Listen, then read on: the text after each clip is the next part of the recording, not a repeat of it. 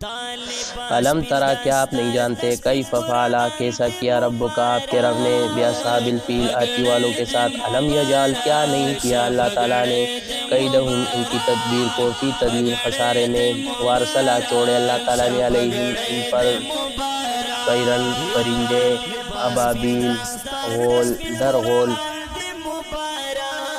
ترمیہم جو مارتے تھے ان کو بحجارتن پتھر من سجیل کنکر کے فجعلہم پس کر دی ان کو کعصف مأکول گاز کی طرح کھایا ہوا۔ اس صورت کا نام ہے صورت فیل۔ پہلے آیات کریمہ فیل کا لفظ موجود ہے جس کا نام لیا گیا فیل فیلتون کی جمع ہے، فیلتون کا معنی ہے ہاتھی، فیل کا معنی بہت سے ہاتھی، یعنی وہ صورت جس میں سے بہت ہاتھیوں کا ذکر ہے۔ نزول کے اعتبار سے اس کا 19واں نمبر ہے اور اس سے پہلے 18 صورتیں نازل ہو چکی ہے۔ اس کا ایک رکوع اور 5 آیاتیں۔ عرب کے سارے لوگ ابراہیم علیہ السلام کے منتخب تھے، مشرک، یہودی، عیسائی، صحابی، چونکہ ابراہیم علیہ السلام کی شخصیت مسلم تھی اور وہ سب کے قابل احترام تھے، اس لیے ہر فرقہ اپنی کڑی ان کے ساتھ ملاتا تھا اور اپنا تعلق ان کے ساتھ جوڑتا تھا۔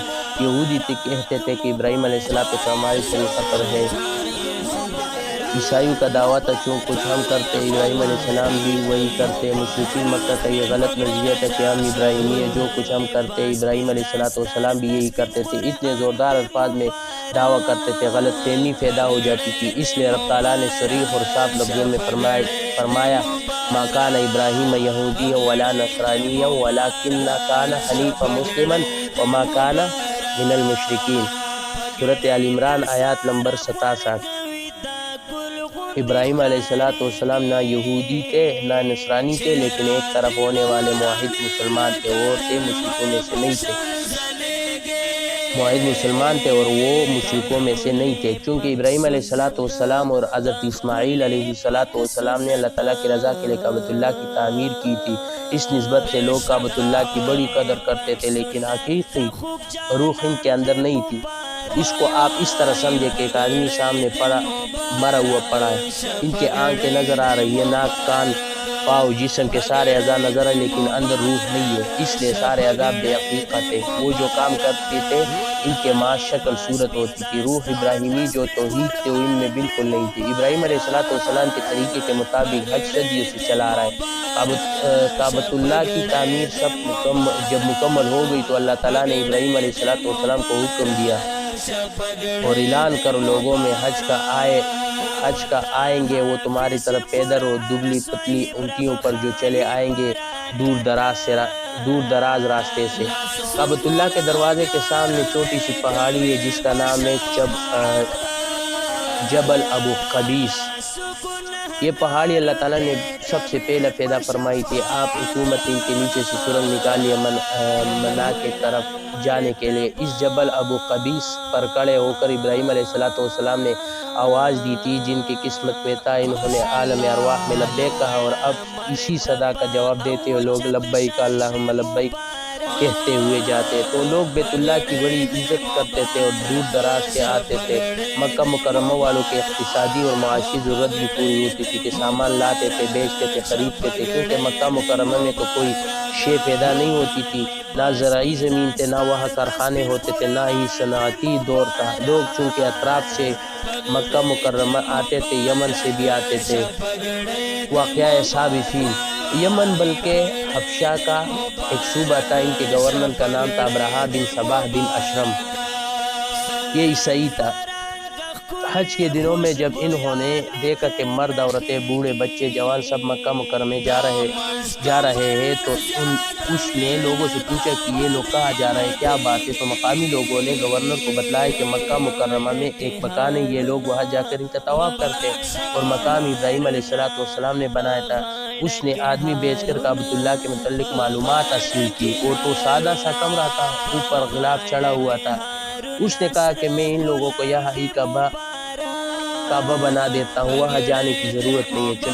چنانچہ اس نے شہر صنعاء جو یمن کا دارالخلافہ تھا میں ایک مصنوعی کعبہ بڑا خوبصورت، بڑا بلند بنوایا اور ارد گرد لوگوں کی رہائش کے لیے کافی کمرے بنوائے، اس میں بستر لگوائے، خوراک کا انتظام کیا۔ جو لوگ پختہ ذہن کے تھے تو وہ تو ان کے چکمے میں نہ آئے، مگر P2 قسم کے لوگ بھی دنیا میں ہوتے ہیں۔ انہوں نے خیال کیا کہ یہاں چارپائی بستر بھی ملتا ہے، حلوہ کھیر بھی ملتے ہیں،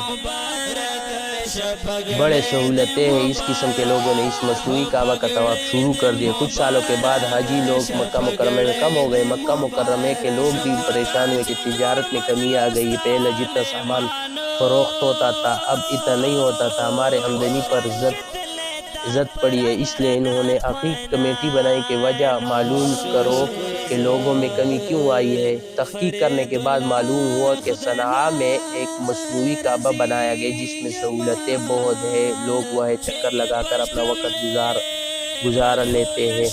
قریش کو اس کا بڑا صدمہ ہوا، باقی مارا تو آدمی کہا لیتا ہے مگر پیٹ کے چوٹ بہت سخت لگتی ہے۔ ان کے آمدنی پر زد پڑی تھی اور کس طرح برداشت کر سکتے تھے۔ قریش مکہ نے قبیلہ بنو خزاعہ کا، وہ بعض روایت میں ہے کہ بنو کنانہ کا ایک چالاک آدمی بھیجا کو اس مصنوعی کعبہ کو آگ لگا دے۔ اس نے وہاں جا کر کچھ دن گزارے، کھاتا پیتا رہا، حالات کا جائزہ لیا۔ پہلے اس نے غلاظت کی، پھر اس کو آگ لگا دیا، بالکل راکھ کر دیا۔ ابرہہ کو خبر پہنچی تو اس کا پارا چڑھ گیا، غصے میں آ گئے۔ اتنا رقم لگا کر اتنا بلند خوبصورت اور کعبہ بنایا تھا، معلوم کرو یہ کام کس نے کیا ہے۔ تحقیق کے بعد معلوم ہو کہ گروی قریش کے ایک آدمی نے کی ہے۔ انہوں نے ہمارا کعبہ جلا ڈالا، ہم نے ان کا کعبہ گرانا ہے، فوج چلنے کا حکم دیا۔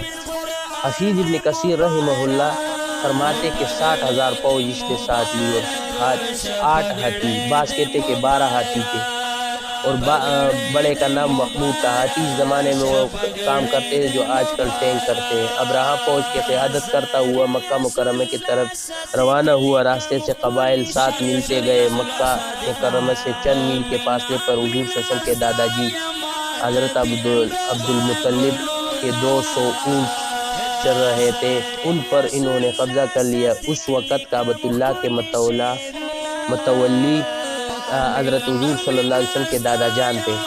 یہ واقعہ صحیح قول کے مطابق حضور صلی اللہ علیہ وسلم کی ولادت باسعادت والی سال آیا۔ حضور صلی اللہ علیہ وسلم کی ولادت باسعادت سے صرف 50 دن پہلے ابرہہ جس وقت مکہ مکرمہ کے قریب پہنچا تو اپنی مشیروں سے کہا کہ میں مکہ مکرمہ کے بڑے آدمی سے ملنا چاہتا ہوں۔ آپ صلی اللہ علیہ وسلم کے دادا جان کعبۃ اللہ کے متولی تھے، بڑے قد اور قامت والے اور شکل صورت بھی بڑے اچھے اور باراغب تھے۔ یہ ابرہہ کے پاس پہنچے اور ابرہہ نے پوچھا کیا سوال لے کر آئے ہو؟ فرمایا تم نے میرے 200 اونٹ پکڑے ہو، وہ واپس کر دو۔ ابرہہ نے کہا میں نے تو آپ کی شکل و صورت دیکھ کر سمجھا تھا کہ آپ بڑے سمجھدار آدمی ہیں، مگر بات آپ نے بڑی ہلکی کی ہے۔ تمہیں معلوم ہے کہ میں تمہارا کعبہ گرانے آیا ہوں، تجھے چاہیے تھا کہ میں میرے ساتھ کعبے کے بچانے کی بات کرتا، تجھے اپنے اونٹوں کی فکر ہے۔ حضرت عبدالمطلب نے کہا کہ میرا خاندان بڑا ہے، میں نے اپنے گزارے کے لیے اونٹ رکھے ہوئے، کسی کو بھیجا، کسی پر سامان لادا، اس طرح اپنا وقت گزارتا ہوں۔ کعبہ کا مالک بڑا طاقتور ہے، وہ کعبے کی خود حفاظت کرے گا، مجھے اس کے لیے منت سماجی کرنے کی ضرورت نہیں ہے۔ اس کو اور غصہ آیا، کہنے لگا دیکھو کعبے والا کتنا طاقتور ہے۔ جس وقت یہ مزدلفہ کے علاقے میں پہنچا، مزدلفہ اور منی کے درمیان ایک جگہ، اس کا نام ہے وادی محصر، یہ 540 ہاتھ چوڑی ہے اور اتنی ہی لمبی ہے۔ اس کے ارد گرد حکومت سعودیہ نے جنگلہ لگایا ہوا ہے، وہاں شرطے پولیس والے کڑے ہوتے، اس طرف جانے نہیں دیتے، کیونکہ مزدلفہ کا سارا علاقہ حاجیوں کے ٹھہرنے کی جگہ ہے۔ اور عرفات سے واپسی پر مغرب، عشاء، فجر اور صبح ہی پڑھنی ہوتی ہے، اور صبح کی نماز کے بعد اصل مقصد مزدلفہ میں ٹھہرنے کا ہے۔ تو پولیس والے وادی محصر کی طرف نہیں جانے دیتے کیونکہ اس کا حج پر اثر پڑتا ہے۔ حضور صلی اللہ علیہ وسلم نے فرمایا کہ سارا مزدلفہ حاجیوں کے ٹھہرنے کی جگہ ہے مگر وادی محصر نہیں۔ اس وادی محصر میں جب ابرہہ کا لشکر پہنچے تو اللہ تعالیٰ کی قدرت کی سمندر کی طرف سے پرندے آئے، فوج در فوج، ہر پرندے کے پاس 3 کنکرے، بعض کہتے کہ مسور کے دانے کے برابر، ایک پنجے میں اور ایک چونچ میں۔ بعض حضرات فرماتے کہ فتر حمص یعنی چھوٹے چنے کے دانے اور مسور کا دانہ سر پر پڑتا ہے تو آر پار ہو کر نیچے سے نکل کر چیرتا ہوا زمین پر گر جاتا تھا اور ان کی تڑپ تڑپ کر جان نکل جاتی ہے۔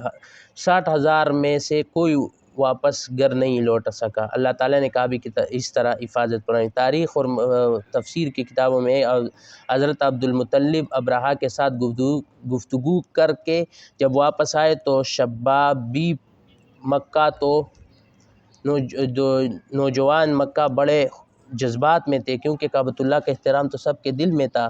حضرت عبد المطلب نے انہیں کہا کہ تم پہاڑوں پر چلے جاؤ، شہر میں نہ رہنا۔ انہوں نے کہا کہ بابا جی اپنی فکر نہیں ہے، ہم تو کعبۃ اللہ کے بارے میں متفکر ہے۔